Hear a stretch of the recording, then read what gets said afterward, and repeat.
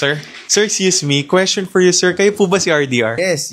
School of Discarte. Yes po, sir. Tama po. Okay, sige. Ano may paglilingkod ko, brother? Sir, okay lang po ba kayo naman po yung interview namin kahit sandali lang for the younger generation? Of course, yes. Let's do this. Para po sa mga hindi nakakalam, Sir RDR, ano po yung industry natin? Actually, I have several companies right now. Meron tayong leasing business and also I do flipping din ng real estate. I have a multimedia company. We also have events place. I also have e-commerce business. I will be launching my hair product kaya ako nandito lagi sa Pablings. Bukod dyan, I have a logistic company right now. Ilo-launch namin probably 1 month from now. Dami pala, no, sir? Dami niyo na rin po palang ginagawa bukod sa... Sabi kasi nila, wala daw akong negosyo. Pag nagsabi ka naman kasi na may negosyo ka, ibabas ka, yabang mo daw. Pag sinabi mo naman na wala kang negosyo, hindi ka naman legit. So, hindi ko na alam kung saan ako pupunta. Pero ang importante dyan, sir, gawin lang natin talaga kung ano yung dapat natin gawin, no? Dapat hindi natin masyadong iniinda yung mga sinasabi sa social media. Ganun po ba yan? You must focus on your core values. Maraming mga content creator na nawawala sila doon sa sarili nila kung ano ba talagang gusto nilang iserve sa viewers nila. So sa akin, focus lang ako sa providing value about business, kung paano ka ba talaga magtatagumpay sa buhay mo. Ang ganda ng objective natin, Sir RDR. Isa sa mga napanood ko po sa inyo na nagustuhan ko is nagbabahagi po tayo ng balanse sa mga bata ngayon na nagsa-social media. Yun din yung dahilan kung bakit inumpisahan natin tong channel. Right, kasi ang daming toxicity sa social media for the cloud. Maraming mga tao, di naman nating maaalis sa kanila. Gusto nilang kumita eh. Kumbaga, yung nilalabas natin ng content, gusto natin na magkaroon ng option yung next generation. Kasi ang hirap nun kung mapapanood nila, panay prank. Mga walang kakwenta-kwentang bagay. Pwede nyo kaming option na pakinggan, baka sakaling makadagdag kami sa buhay ninyo. May option din silang panoorin din paminsan-minsan yung mga kalokohan or mga pranks. For entertainment purposes. As long as hindi ito makakasira sa society natin. Kumbaga, masisira na yung next generation. Influencing na siya. Influencing na siya. Like, sumikat lang, maghuhubad. Babae, papakita ng, halos pakita na lahat yung buong katawan niya. Paprankin yung nanay, yung lola. Ayoko mapanood ng next generation yun kasi hindi maganda yun. Baka mamaya akalain ng bata, tama yun. So, balik po tayo dun sa mga business natin, sir. Kanina, ang dami niyo sinabi kanina, mga businesses natin na pinapatakbo currently. So, ano po ba yung pinakamalaking kinita natin sa isang taon sa lahat ng mga business natin? Sige, ganito na lang. Mag-base tayo not on profit but on purpose, no? So, we have already transformed 100 plus business owners. Isa sa mga siguro pang-flex ko rin sa community ko na talagang napalaki nila lahat yung business nila. Ano po yung ginagawa natin currently sa community natin? Yes, nagde-develop tayo. Kaakibat nun sa mga services natin, pati doon sa real estate natin, malaki-laki rin yung kinikita ko din naman. Dito sa ginagawa natin, kailangan talaga natin yung credibility para maniwala sila sa mga advice natin. May mga tao bang nag-doubt during the process yung ginagawa po natin tong company na to? Oo, especially your loved ones. Unang magdududa sa'yo, ang unang magkikritik sa'yo, mga mahal mo sa buhay. Bakit? Mahal ka nila eh. Ayaw ka nilang mabigo. Ano po ba yung tumatak sa inyo, sir, na medyo nagpababa sa atin ng konti pagdating dun sa pagda-doubt nila? Sinabi sa akin dati na tigilan mo na yung pagko-content mo, yung pagpapasikat mo. Unang-una, hindi ka na ma-artista. Pangalawa, sinong manonood sa video mo, high school graduate ka lang. Ngayon, sir, medyo tumagustagos na po tayo dun sa industry natin. Somehow, kahit papano, pero I consider myself as nag-uumpisa pa rin. Kasi kung tutuusin mo, ang basihan kasi ng kayamanan sa akin at ang success yung buhay na nabago eh. Under your supervision or under your mentorship or coaching. Madami po ako na-interview ang sinasabi nila na hindi daw fulfilling ang pera kung hindi yung purpose daw. Meron akong malaking realization dyan. Anything in excess, ibigay mo sa iba. Itulong mo sa iba. Kasi walang significance. 5 kasi aspeto ng buhay. Yung financial. Pangalawa, yung mental. Number 3, physical. Yung kalusugan. Yung sinasabi ko sa'yo kanina, billion-billion ng pera. Kaso nga lang, may cancer. Relationship. Kamiti ko, bilyonaryo. Ang gulo ng buhay nilang mag-asawa. Most importantly, spiritual. Pag inuna mo yan, yung 4 na aspeto ng buhay mo, susunod lahat. Pagpapalain ka kasi mabuti kang tao. So, para sa akin, unahin ninyo yung spiritual dahil yan ang tunay na kayamanan. Kailangan unahin talaga natin yung Diyos. Spiritually, kasama doon kasi yung mga values na tinuturo, lalo na ng mga religion. Wala niya. Balik muna tayo doon sa, nag-uumpisa tayo doon sa business natin. Ano yung pinakamagandang nasabi sa inyo ng mentor nyo na ina-apply natin hanggang ngayon? Walang kumulong tubig sa patay sinding kalan. Can you expand that? Hindi ka magkakaroon ng resulta sa buhay mo kung ningas kugon ka eh. Kung gusto mo magtagumpay, ratratin mo, trabahuhin mo. Iba kasi yung focus eh. So kapag may gusto ka talaga, dapat mag-focus ka doon sa isang bagay focus na yun. and consistency. Tama yun, sir. Sinabi niyo po kanina, Sir RDR, na marami po tayong bilyonaryong kaibigan or kakilala. No? Ano po ba yung pwede niyo sabihin sa mga viewers natin para umabot sa ganong estado ng buhay? Maging bilyonaryo? Maging bilyonaryo. Parang ganito, si Senator Manny Pacquiao, natanong ko siya. Sabi niya, aanhin mo lahat ng pera sa mundong ito kung hindi ka naman nakakatulong sa ibang tao. So tinanong ko siya. Sabi ko, pare, ano bang difference ng multimillionaire ka at ng bilyonaryo ka? Ang difference lang, mas marami akong natutulungan. Pero kung personal satisfaction, yung milyonaryo okay na eh. So yun po yung nangyayari, sir, kapag maabot na yung mga tao sa billionaire status. No? Responsibility kasi ng mga